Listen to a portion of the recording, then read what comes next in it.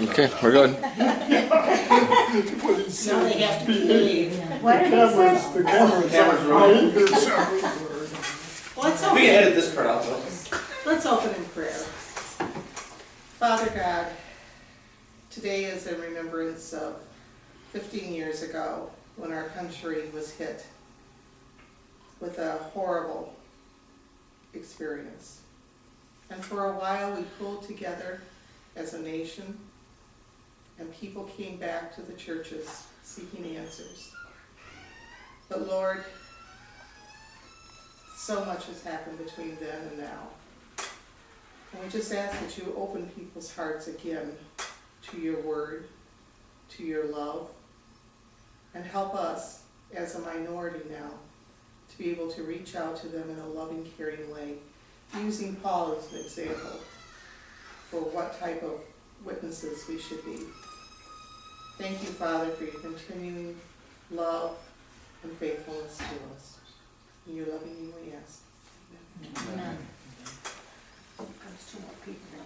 This is the, says it starts with, start where you're at. Start where people are at. Good morning. Good morning. Grab a chair and you can slide in. I'm not Lance. I heard his voice in another room and I thought, am I supposed to be there or here? He's doing the confirmation, which is so important. Yes, That yes. he really felt it was a good, for, and Steve is preaching. Yep, yep. Guess Guess I'm gonna share that side with you so you can get in. So your guys' task, as much as anything, is to tell me, okay, enough of that, move on. So, but the whole thing starts about, talk about the God you know. And as a teacher, You're welcome. Marcus, probably you were aware too, that when you started to teach, what did you start off in the fall?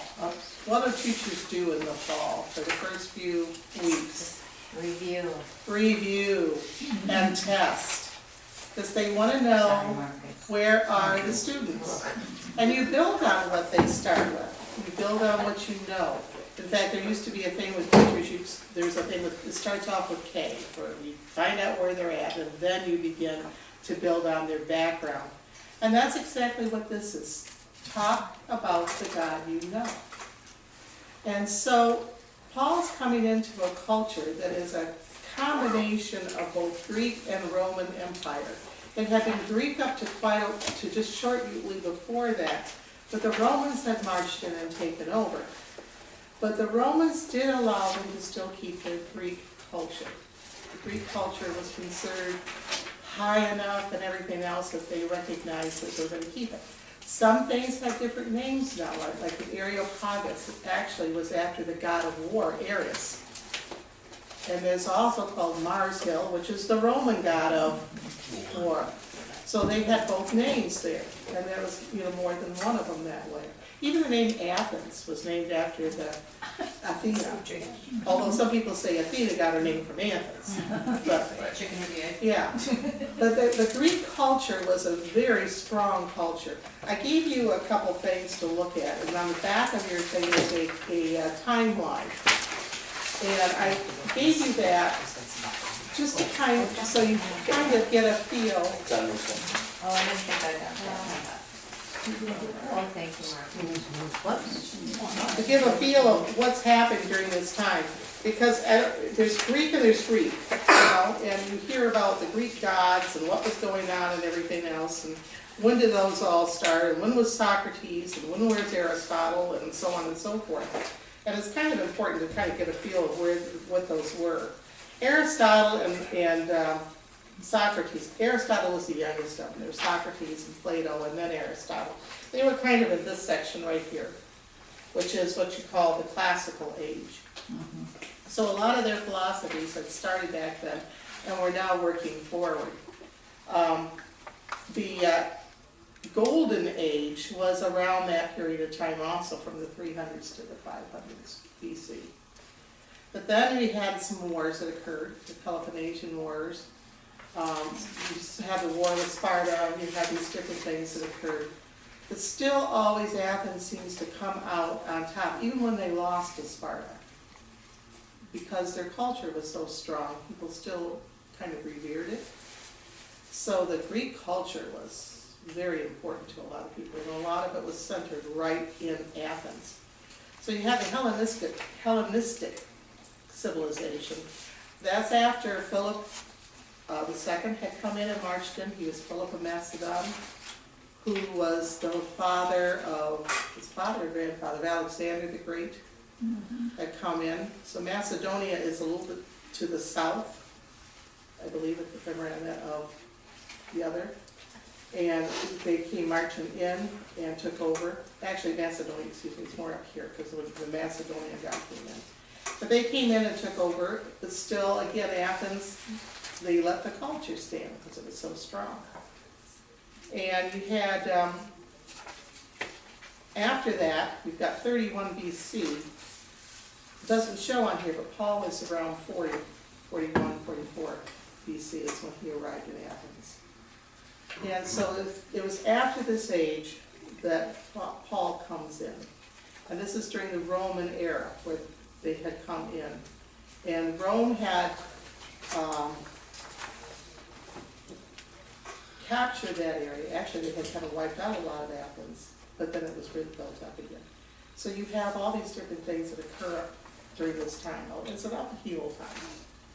But their gods were still very important to them. In fact, they said that in Athens there were more gods than there were people. They had them all over the place. So that's kind of a picture of it. If you look at the little picture that's on your page 2, this is typical of a Greek city. There'd be a hill, necropolis, that they would put the temples on. And around the bottom of the hill would be the agoras. And then around that was a farmland, which was very unusual back then. This was one of the cities. The farming allowed the people to have time to stay put and have actually time to be able to get into the philosophies. They were, because they could stay put, because of the peace that they had and stuff, they could grow grapes, they could grow dates. Those both take time for them to grow. They had wine. They could have different kinds of things like that. In fact, actually, the name Athena came, they believed that there was a battle between Poseidon, who was going to give this area a spring, and the gift that Athena brought was grapes. And that they valued so much was the grapes. But those were things that helped that become a rich city and gave people the permanence there. Athens was also a naval power. It's not right on the land, not right on the sea, excuse me, but to make sure that they always had access to the land, they built this great big wall. It's called the Long Wall, that went out to the sea. It was like 6 kilometers long from the walls of Athens out to the sea, so that they could always have access to the sea. Interesting, I mean, there was an interesting culture all the way around. It's kind of fun to look at. But a couple of the different things talked about in here was starting off with where they know. And the two major opponents were the Epicureans and the Stoics. What do you know about both of those? Have you ever heard of them? If someone says, don't be so stoic, what are they meaning? Stiff and straight and Serious. serious, yeah. Unsharing. Okay, if you hear Epicurious, what do you think of that? What comes from our society as Epicurean? You think of food, yeah, exactly, that's what they think of. Yeah. And actually, if you want to think of the two different things, the major parts of both of those, the Stoics were ones who believed that the body didn't make it, you ignore the body. You ignore the body completely. The mind is what was important. And I've given you some lists of some things about both of those. But they're very interesting to read. And you can hear this in people today. Get over it, gut up. Your body doesn't matter, it's what you think that's important. And the mind was everything has to do with the mind. Epicurus, on the other way, though, was the opposite. And the Epicurean the body was important, and the greatest good was anything that brings pleasure, and pleasure was kind of identified as being the absence of pain. Yeah, so whatever makes you feel good, do it. Yep, eat, drink, be merry, because tomorrow you die. And they basically believe that you die like what we think a flower dies, or an animal dies. They didn't think about the great beyond, or the soul, or anything like that, you just disappeared. And he says, I don't, he has some quotes in there, I wonder if you could see what the book is, so I can keep one for myself. He has several about here, about if God, this is one, if God is willing to prevent evil but not able, then he is not omnipotent. If he is able but not willing, then he is malevolent. If he is both able and willing, then whence cometh evil? If neither able nor willing, then why call him God? Death, therefore, the most awful of evils, is nothing to us, seeing that when we are, death has not yet come. And when death is come, we are not. When we die, we're not gonna know anything, so why fear it? It's kind of an interesting thing.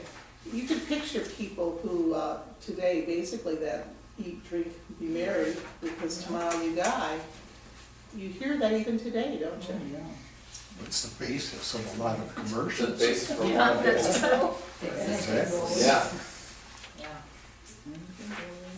So if I ask you a question, the one question was, did you see evidence of Epicurean philosophy in our society today? And how about Stoic philosophy?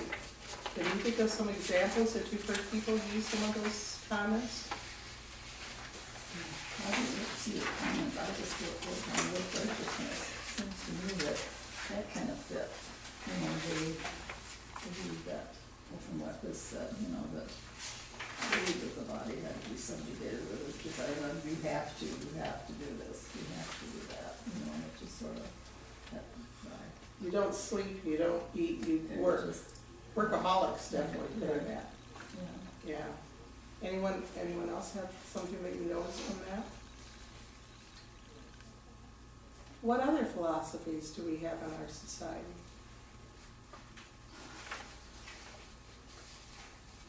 Do whatever you want. Oh, that's right, that's one, that's the other one. It could be, see, some of these things you go and think, oh my goodness, that is Epicurean, or that is whatever. Yeah. I know when I was in college, the big thing there was Carl Rogers. You remember Carl Rogers at all, studying him? It's the self-actualization, and what you're gonna do is, I'm okay, you're okay. That, Definitely, it's got that kind of, we kind of look at it as Americans, pull yourself up with the bootstraps, do it yourself. Yeah. You make yourself where you're at, no one else can do it for you. yeah. Those kind of have little bits of that in there, don't they, still? They're philosophies that although we don't call them that anymore, and we don't have gods to them, they're there. That was one of the weird, odd things about the Greek things too, is they both worshipped these statues, although they didn't worship the statues, they worshipped what the statues were supposedly representing. But they were things like war, love, sun, all these different things. And at the same time that they had these philosophies that although they didn't say they worshipped them, they lived them. It's kind of, do we do that today? It's very humanist. Stoicism is very humanist. Yeah, as you read those, it's kind of fun just to go through and say, what's another thing that we seem to have faith in here today? We have faith in ourselves, we're told to be independent. What else do we have faith in? Pleasures, things. Pleasures. Money. Success. A lot of people mistakenly have faith in the government. The government, exactly. Well, I know in the schools, what are some things that the kids are taught in schools? Oh, I don't even Depends on the school. know. If you're talking about public school, what's some of the major things that are being taught that's different than like what? Evolution. Evolution. Yeah. Science can answer everything. Definitely that's there. You are who you think you are, not who you were made to be. Yes. We construct truth rather than Yes. find truth. That's another one that's there. Those are also things. You think of our drug culture right now, what are people doing when they're getting involved in the drugs? Looking for something. Whatever makes you feel good. Whatever makes you feel good. And Removal of pain. supposedly removal of pain or problems or whatever. Yeah. Yeah. Causes more. Oh, yeah. So we're not that far away from what Paul was No. facing. His culture, there was a lot of similarities. We don't have statues to gods around, but we do have our own little gods. And I think there's a lot of them around. What are some of the others? There's science, our government, ourselves, Cell phones. cell phones, definitely. Technology in general. Technology in general. Yeah, We have things, we don't have statues erected to them. they're just the same thing. They're just the same thing. It would be really kind of funny if we had statues erected to all those things, with a big cell phone standing somewhere. Big smartphone, Movies, Yeah. TV, all that. giant big screen TV. Anything But we do that's- have statues, they're We in do our have house already. statues, they're carrying them These are- around these all are our the time. statues. Cell phones, you see people, Yeah. that's all they do. Yeah. Or you get those inflatable wiggly dolls that are out in front of the stores, that's today's Oh. statues, say, come in and get your new cell phone, because it's Yeah. the latest and greatest, where we just moved a widget from here to there, now you've gotta have that one. Yeah. Yeah. It's, yeah, I mean, it's basically what you consider yourself a Make the slave screen a to. quarter inch You know? bigger. It's almost, I mean, if somebody's so obsessed with appearance, that's their god.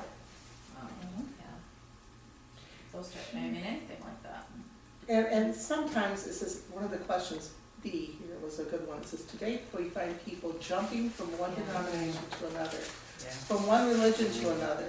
Are people truly searching for something relevant to a time of their lives, or are they just looking for something new or something else? How does the church deal with that? How does this fit into our philosophies too, where people are? I think people keep looking for something that's gonna make them feel good. They don't like to come into a church and hear law. All they wanna hear is, oh, this is Happy gospel. happy, yeah, happy, You happy, joy, you give your joy. soul to God and Yeah. He'll make you, it's all prosperity Yeah. driven gospel. It's- Right, and as yeah. soon as they start hearing about, sin and things that, are wrong, it's like, oh, I'm being judged, this doesn't make me feel It's good. very interesting too, going to a lot of those churches, you ever hear them talk about salvation, you ever hear them talk about, they talk about how good God's gonna make your life, and that's the Yeah. Joel Osteen. And like you had said earlier, the more you do, the better you will be. Right. It's all about what you can do. You're really not a Christian if you don't do this, this, and this. Right. A lot of that preaching too. Right. The problem comes is that something happens to those people that is different than just getting different knowledge. What happens to people when they go to something like that and are given that kind of gospel?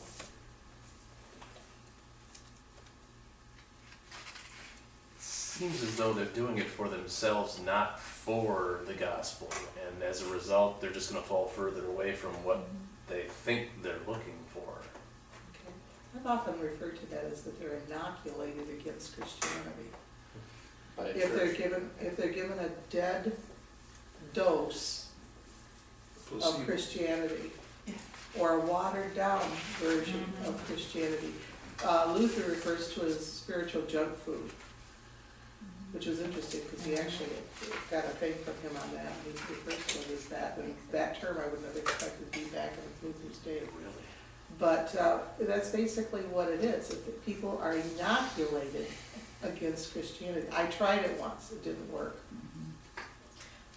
I'd love to see our parking lot, our pews filled like Cross Point is every weekend, but there again, they're being told, if you come to church every Sunday, that's the best you can do. And then they hear that message while they're inside about, do this and you have to do all these things. But and the problem is that's almost like, it's very interesting, it's basically Protestant teaching old Catholic theology. Mhm. It's the works righteousness, you can get to heaven based on believing in God Right. and, Right.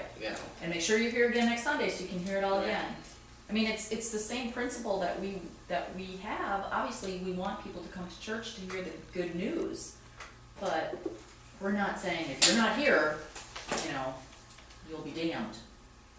Well, it's just too, it doesn't matter what you believe, just so you believe in something. Well, that's Right. another big This- philosophy out there yeah. too, all paths lead to heaven. Anything is okay, just, you Right. know, My truth just is if my you- truth. if you're true to it, you know. We construct truth rather than find truth. Right. Well, that, and you always hear, I have a relationship with God, it's just between me and him, I don't need to be at a church, I don't need to, you know, do anything else, it's just between me and God, and, Which is mostly an excuse why they're not going to church. right. Ben's wife, Denise, said something profound one time. And she was talking about people who say, well, I'm not going to make my kids come to church Yeah. because I want them to choose themselves. Oh, Yeah. And she said, you let children choose between peas and carrots. Yeah, right. Now, Sometimes you even let them choose that. Right, exactly. And I mean, that has stuck in my mind, you know, just exactly what she said. If we don't share the gospel with our children How are they and gonna have choose? them learn the truth, how are they going to learn it? They can't make a choice because they haven't been taught other than what the world teaches. We abdicate to the world that way. So it really is we are living in these times.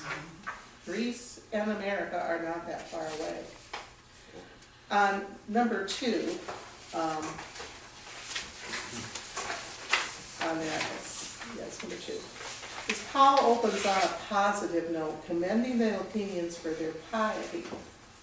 It was probably out of fear of all the gods that they had erected an altar to an unknown God. Now, it's interesting, an unknown God. You guys remember when? He and I were talking one night, just before he was going to be baptized, and we were up till like 2 o'clock in the morning one night, talking about counting the cost, because he wanted to become a Christian, and this was very important that he understood what he was going to be saying. And we were talking about what people believed in China and such, and his parents and so on, and he said, well, his mom was sort of religious. I said, what do you mean? He says, well, she'll go to the temples and sacrifice, give offerings at the sacrifices. Not sacrifice, actually, in the term of sacrifice. Right, it's giving. Giving money to the different, particularly Buddhist places, Buddhist temples. And I said, why? He says, well, just in case there's bad luck. Oh. And we saw that in Haiti. And I know that I talked to a guy that was in is it Thailand? He was a missionary too, and he talked about how dark it was there, how dark the atmosphere was, as people fear and having to, in case I mess up and forget one of the gods, or forget to pay this or whatever, I could be got. God's gonna get you. Type of situation, that God's gonna get you. In fact, actually, it was interesting, one time there was a pestilence in Athens. And so to try to make sure they hit the right God, basically, to sacrifice to, they let loose a herd of goats. And wherever the goat laid down, the closest temple to it, they would sacrifice that goat to that particular God. Well, there were some that didn't lay down near any of the temples, so they sacrificed those goats to the unknown God. So they thought that unknown God had some power, along with the others. So, do we do that?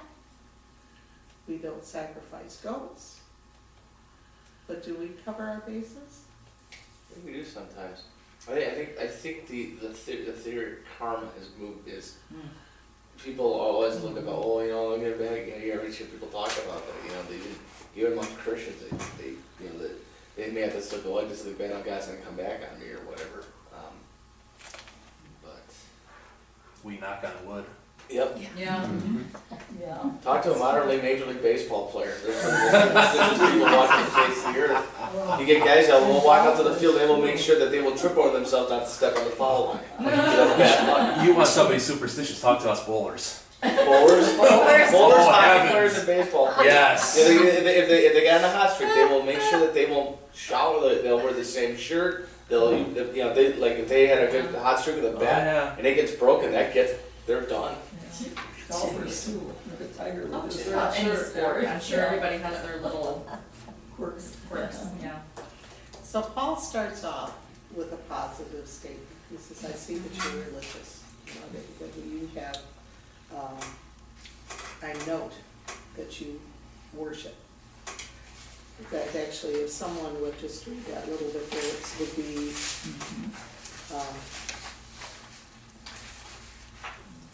then Paul stood up in the meeting of the Areopagus. Now, Areopagus, first of all, I have to tell you a little bit about that. The Areopagus was the Supreme Court. And this was a smaller group of people. In Athens, every male citizen, and you could become a citizen, you didn't have to own property to become a citizen. Every basically male, whether you're poor or rich, who had basically said I am an Athenian, could vote. He could actually stand for election, and he could have the same equal rights up and down the economic scale as anyone else. They had a group that was called the Ecclesia, which the first 7,000 guys who showed up, met a couple times per month, were the ones who went in. Basically, you were empowered to become that. And sometimes some of the things were chosen by a lot. The Areopagus, though, was those people who were the most educated and the most influential. And there was actually two, they referred to it as two stones. One of the stones was the stone of insolence, the other was the stone of no mercy. So the judges sat on the stone of no mercy, and the other one sat on the insolence one. So Paul, this was, when he was brought into that group, this was serious. Originally, before the Romans came, this was the group that determined capital punishment. So it was a pretty serious group, but it was also an influential group. These were the leaders of this whole culture. So he's standing there on that one stone, and the others are sitting over here. A little bit of an intimidation, I would think. But yet he doesn't back down, not at all. So would someone start at 22?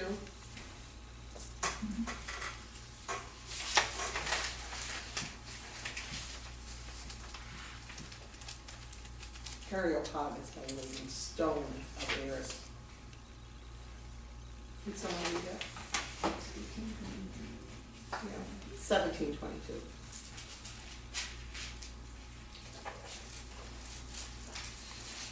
For how far? Just maybe through 23. Paul then stood up in the meeting of the Areopagus and said, Men of Athens, I see that in every way you are very religious. For as I walked around and looked carefully at your objects of worship, I even found an altar with this inscription, to an unknown God. Now that you worship as something unknown, I am going to proclaim to you. Now what you worship. Yeah, so he says, you have one you don't really understand. I'm going to explain that to you and tell you who he is. So he took something familiar to them, and he says, now I'm going to help you to understand. He's going to use these Athenians' desire to learn, which they did. The brain was very important, especially if you were a Stoic, to all of them. Interestingly, too, I have to tell you one thing about the Epicureans, too.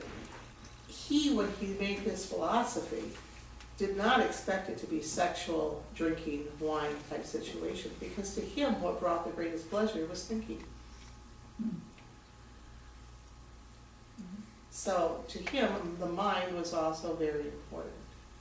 So although the body, you were seeking pleasure, to him, it was whatever your pleasure was.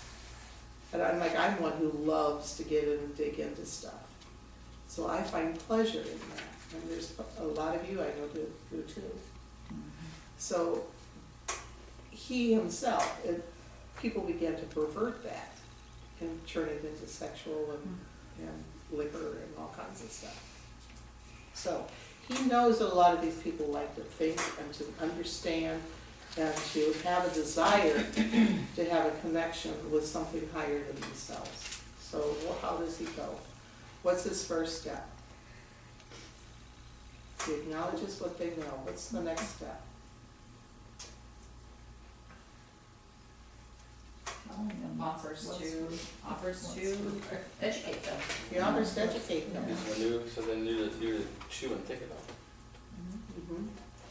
And he's counting on using their curiosity and their interest in knowing to kind of go through. So who does he introduce them to? Start with someone to read 24 and 25. The God who made the world and everything in it, being Lord of heaven and earth, does not live in temples made by man, nor is he served by human hands, as though he needed anything, since he himself gives to all mankind life and breath and everything. It's a lot in there, isn't there? Yeah. So how is that different than how they worship? Well, they thought they had to do, Yeah, and now they're hearing they don't have to do. There's- yeah, It's already been done. right. There's nothing you can or need to do. Because God has done it all. Right. And also, God is the creator, not the created. And that's important.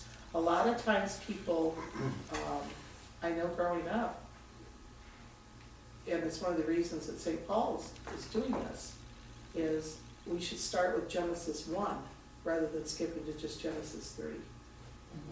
Genesis 3 is the fall. Genesis 1 is what? Creation. The creation by a loving Father who says it's good. And this is what Paul's doing. He's starting back with creation and the creator.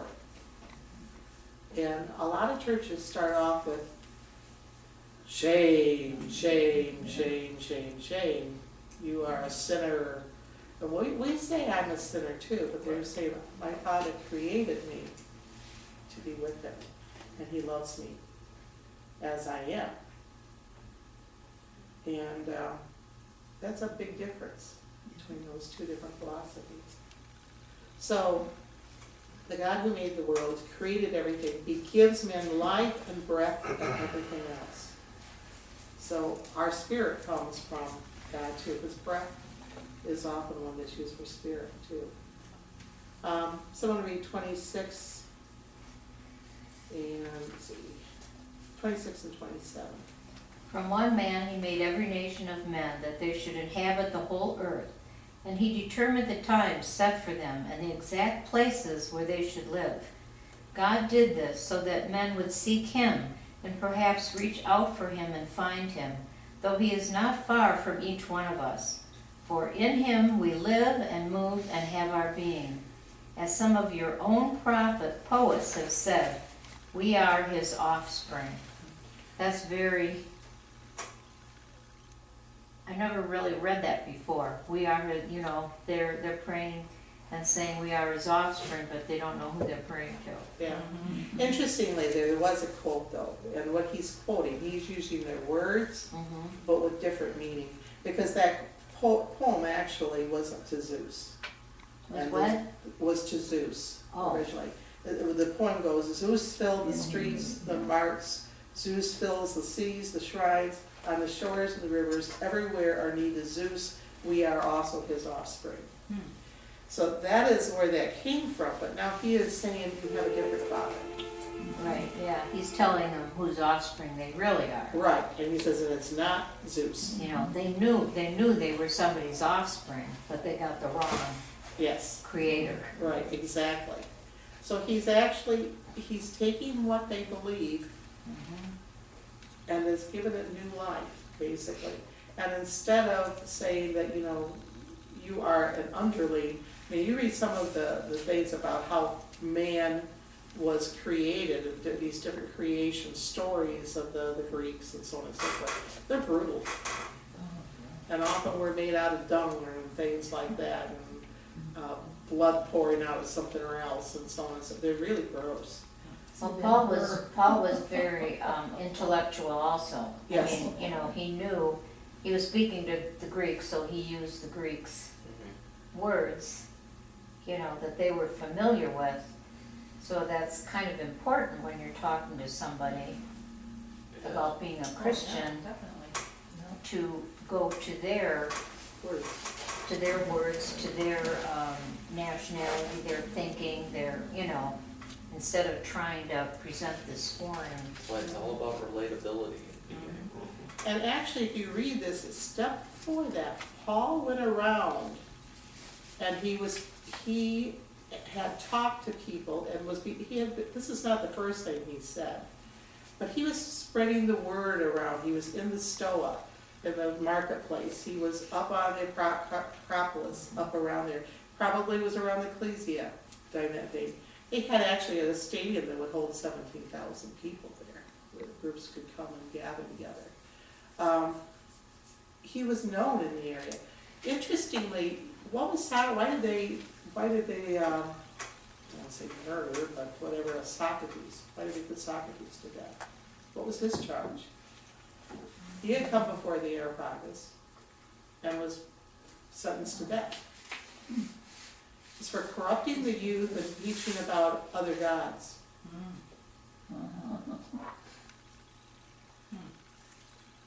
So, but one of the things that Paul was good at is he listened.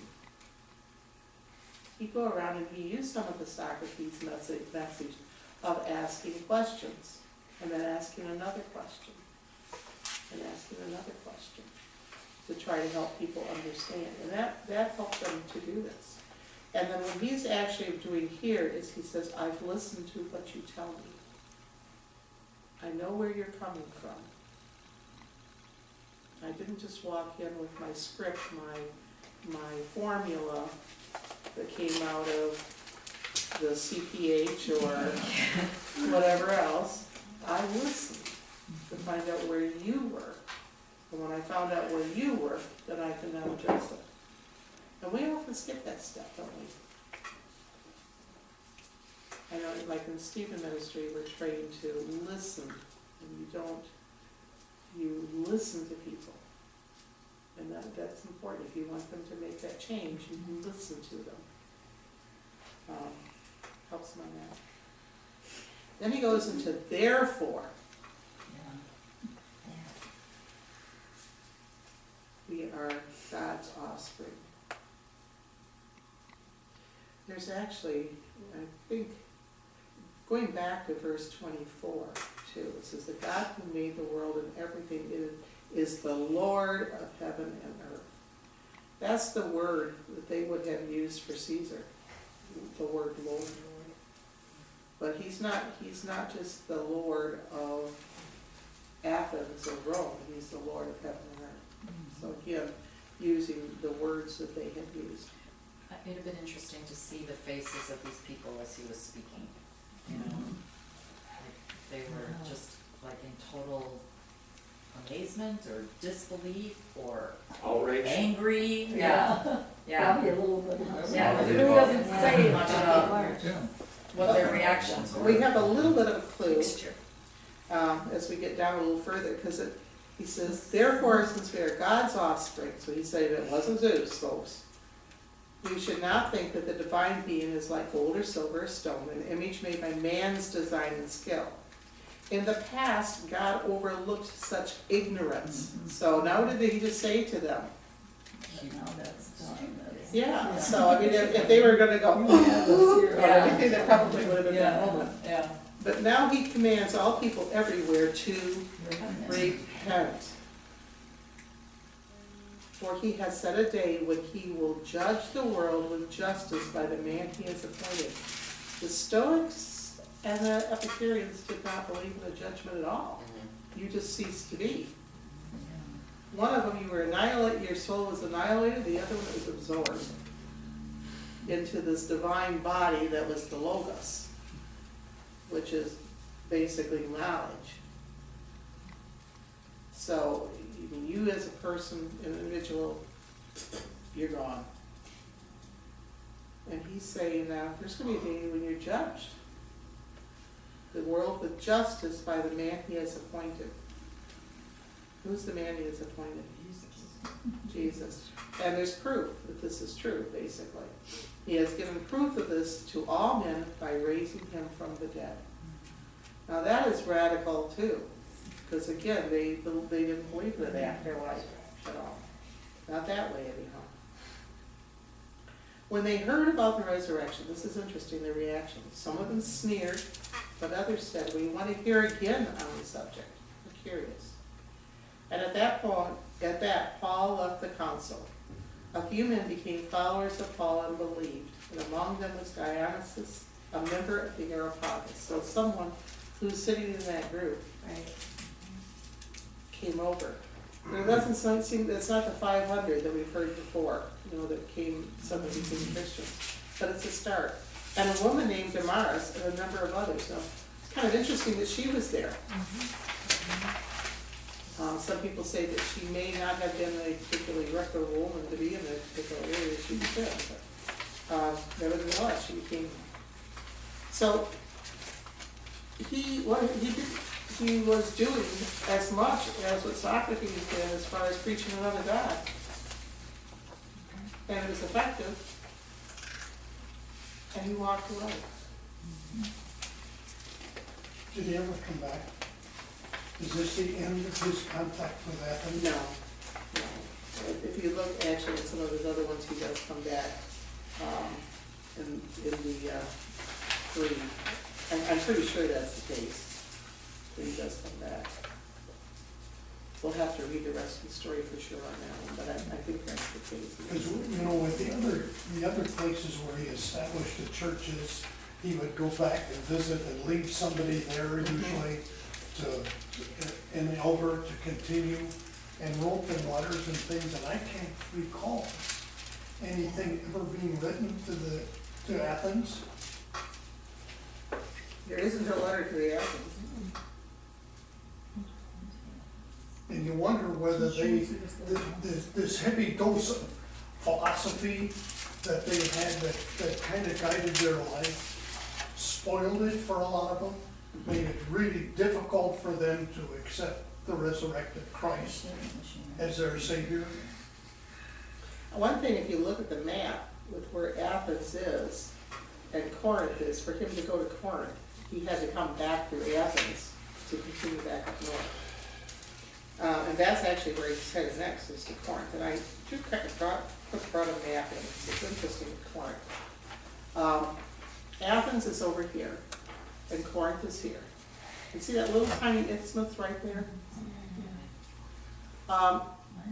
What people would have to do is right over here, between Fowler Lake and Lake LaBelle, there used to be a little railroad track that they would put boats on and pull them across over to the other side. They did something very similar to that with here, this particular area right here, it's a little cross. And Corinth was right there kind of guarding it. If you didn't do that, if you wanted to leave from Athens, you'd have to go all the way down around over here, up here to get to this area over here. Hundreds of miles. Or you could somehow or other get a boat to go across that little isthmus. And that was one of the reasons that Corinth was a very important city too. But it also was a reason why Athens was fairly important, because it's kind of on the way back around as you go, that Athens was a major part of the route. And if you watch the little maps that show about the routes that people took, when they went to Corinth, they had to come back through Athens. So I don't know what was taught there, but I would imagine that they went back through that at least. But you're right, there isn't a book called The Athens, the Athenians. I just wonder why if he went through all of this and he had people that said they wanted to hear more, and then he left, and not knowing if he may have passed through, but why would you just leave these people then to wonder more? It's a good question. I'm going to have to do some research on that maybe and see on that. Is that just a way of relating to what their strengths were? They were the ones that wanted to do the research on their own, so you couldn't feed it to them, you had to make them look for it themselves so Maybe. that they felt better about learning it. That's a good idea, that's a great idea. I think what I need to do is to get in there and look at Athens and what happens next. Yeah. Because there are times that Luther talks about a reading in one place and then moving on. Because otherwise, I could see them saying, okay, he said all these things, we believed it, now he's gone, so was he really telling us the truth, We Well, do then he know- disappears. One person, the Dionysius, I cannot pronounce these words. A lot of people think he became the bishop of Athens. So I know that there was a church in Athens because there was a bishop of Athens. So that might be kind of the answer there, that he might have been the one that led it. Yeah. Yeah. And if there was a bishop of Athens, there had to be a church in Athens. I would think he would have prepared someone like that to take over for him. It doesn't maybe say so, but I just can't see Paul just leaving and not having somebody there. I do know there was a bishop of Athens, so Yeah. there's kind of my answer, I guess, when I did. There were a lot of cities that he spent more than one visit with. He did write a book in the Bible I about. guess it all depends, it just was noted and this is a Right. notable Right. time he was there. He goes from there to Corinth, and he met a Jew there named Aquila, a native of Pontus, who had recently come from Italy with his wife Priscilla, because Claudius had ordered all the Jews to leave Rome. And the reason they were made to leave Rome possibly had to do with the conflicts with the Christus, with the Christians, is what some of the commentaries and stuff say, basically, that it might have been, there was beginning to be some arguments going in Rome area, so get out of here. Did you find something? Yeah, that's right here, that the early Christian source claim that he became the first bishop of Athens, the congregation was established there. I think that's what happened, he called that them in charge. So anyhow, you've got these people that they were Jews, they from Italy, they're now back over here in the Greek. And one of the things that's important about that statement is they can date it.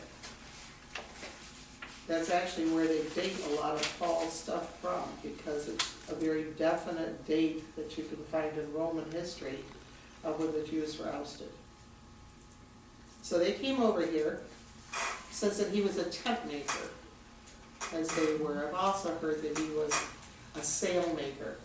He either worked with canvas or leather, or wool, we don't really know exactly what the patents made out. I questioned a little bit if it was leather, what that would have had to do with his cleanliness. I'd like to find out on that. I couldn't find that anywhere on whether or not that was an indication that it was more canvas type situation versus leather, because you don't touch a dead animal if you're Jewish. But every Sabbath he reasoned in the synagogue trying to pursue Jews and Greeks. So, trying to persuade the Jews and the Greeks. So now he's talking to both the Greeks and the Jews. A little different audience. When Silas and Timothy came from Macedonia, Paul devoted himself exclusively to preaching, testifying to the Jews that Jesus was the Christ. But when Jews opposed Paul and became abusive, he shook out his clothes in protest and said to them, "Your blood be on your own heads. I am clear of my responsibility. From now on, I will go to the Gentiles." So up to this point in time, he was also preaching to the Jews. He went into the synagogues first and such. But from here on out, it changes a little bit. So then he went to the next door. Paul left the synagogue and went next door to the house of Titus Justus, a worshiper of God. You've heard that term before. What does that tell us about him? What term? a worshiper of God. It's also other places it's written down as a God-fearer. It's usually either a convert to Christianity that believes in Christianity. It could have been a Jewish person who was converted to Christianity, but is now considered a Gentile.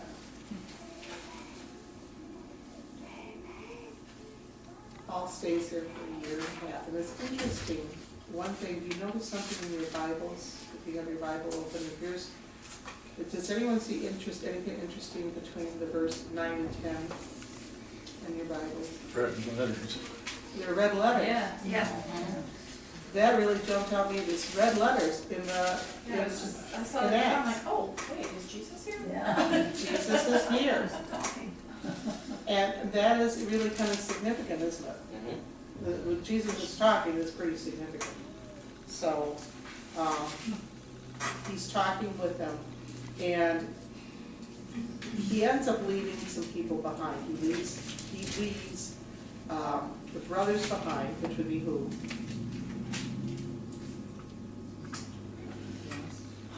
Yeah. Yes. Right across the hall.